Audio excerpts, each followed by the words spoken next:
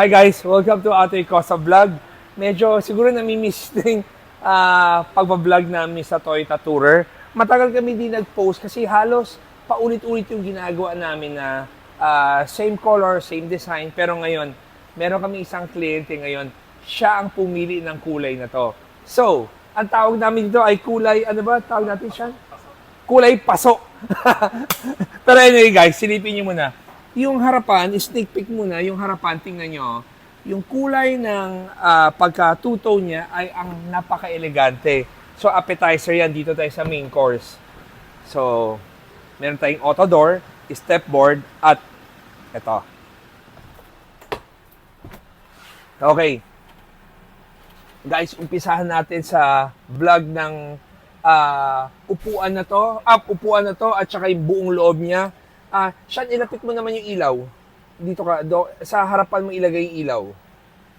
Pasok ka sa loob. So, guys, kung makita nyo, meron siyang 24-inch na TV. Merong soundbar, which is common na ginagawa namin. So, ang pinaka-highlight ko lang kasi talaga dito ay iba yung kulay niya. Yung pagkatuto niya, ang ganda tingnan. So, may cup holders, lagay ng gamit. Meron kaming mga cabinets dito. Ayan. Para lagayan ng kung ano-ano. At ang highlight ng sasakyan, ng upuan na to ay ito ay touchscreen, ito ay pwedeng electric power at saka voice command. Tulad ito, yung function na lagi namin sasabi, kung gusto mo pagpahinga, ikaw magsa-settings ng setup mo, pag sabi mo na sa kanya, hello right seat, sleep mode. Hindi yata naglinis ng tenga to So yan. So guys, pag sabi mo mag-set siya ng sleep mode, talagang ipoporma niya base saan mo sinet up. Pag sabi mong hello right seat, comfort mode. So pag sabi mong comfort mode, ikaw rin ang magse-settings. Ano ang comfort mode na gusto mo? Hanggat sa kung sakaling nakuha mo na yan, hello right seat, reset mode. Okay. Puwera sa adjustable yan. Hindi ko na mapapakita sa inyo yung massage niya, pero may massage siya na, kaso narinig niya ako, tingin niyo, pakita mo na rin siya, van. Kaya gumagalaw na. So, puwera dyan, meron din siyang fan, meron din siyang heater, pero syempre sa Pilipinas, hindi mo kailangan yung heater. So, ito pa, yung table niya, gaano kaganda yung table niya. Itong table na to, pag inangat mo siya, so, ganyan man o gusto kong lapitan or isarado ko siya. Sarap ng pakiramdam, diba? Relax na relax yung mode mo. Nakikialam, hindi naman siya kausap ko. Pero anyway.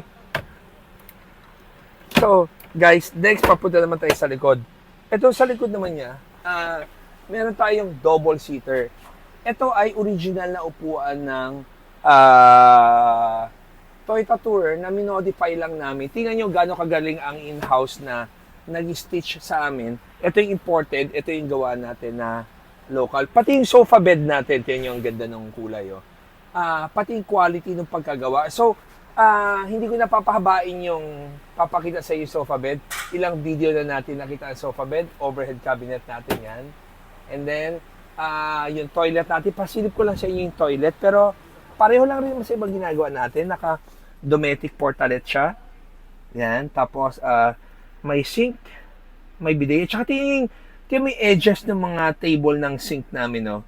Talagang, minimake sure namin na talagang, alam mo yung every detail ay sobrang importante. Ito naman yung vanity mirror.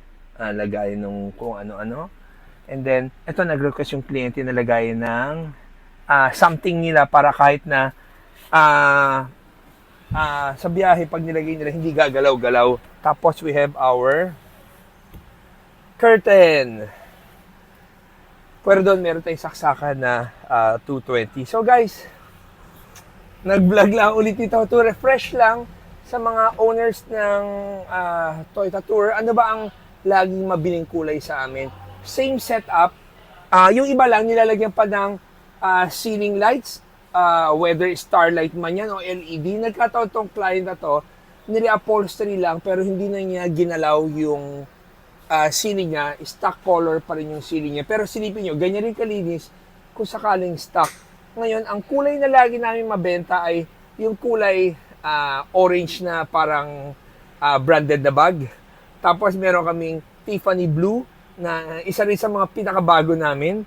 Meron kaming kulay cream. Meron din kaming kulay black, may kulay gray. At saka may color red kami. So yung 6 na kulay na yan, lagi kaming may stock. So ito pinapakita ko yung tawag namin. Parang kulay, ang social pala tignan ng paso pag nilagay mo sa interior ng sasakyan. So guys, sana nagustuhan niyo itong short video natin. At saka, sana nagustuhan niyo yung mga gawa at detalye ng Atoy Customs. Like ko siya sabi nga pala kung magpapagawa kayo. Simple details lang para to check lang. Syempre, pwera sa upuan na premium kung nagpapakustomize ka, yung window framing. Itong window framing ito ay hindi gawa sa kahoy. Ito ay molded fiberglass na hindi sasakit ang mata nyo tuwing ikaw ay bumabiyahe. Dati sakit rin namin yun eh. Pero nung na-improve na namin, ibang-iba talaga ang fiberglass. Napakalinis at napaka-elegant tingnan. Even yung nasa likod namin na pintuan na yon, kung akala nyo yan ay leather na diamond, yan ay fiberglass na rin. So guys, sana nagustuhan nyo. Kung sakaling mag-interesado kayo magpa-set up rin ng Toyota Tourer nyo, tawag lang kayo sa 3411-5858. So guys, alam nyo ba, everyday talaga ay blessing. So kung ikaw ay laging bugnutin or laging negatibo ka mag-isip, sinasayang mo lang oras mo sa mundo na to. Ang sarap-sarap mabuhay at ang sarap-sarap magmahal ng mga kapamilya mo or kaibigan mo. Kaya guys, every day is a blessing. And always remember, Jesus loves you and God bless.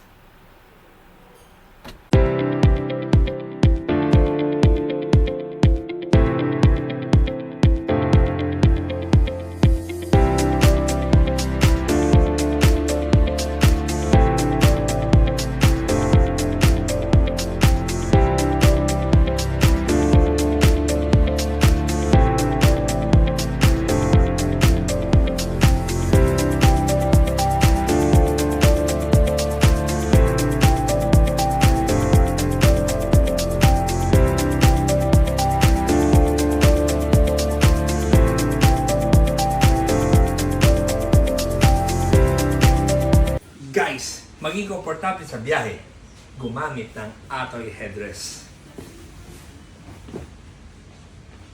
100% Filipino product.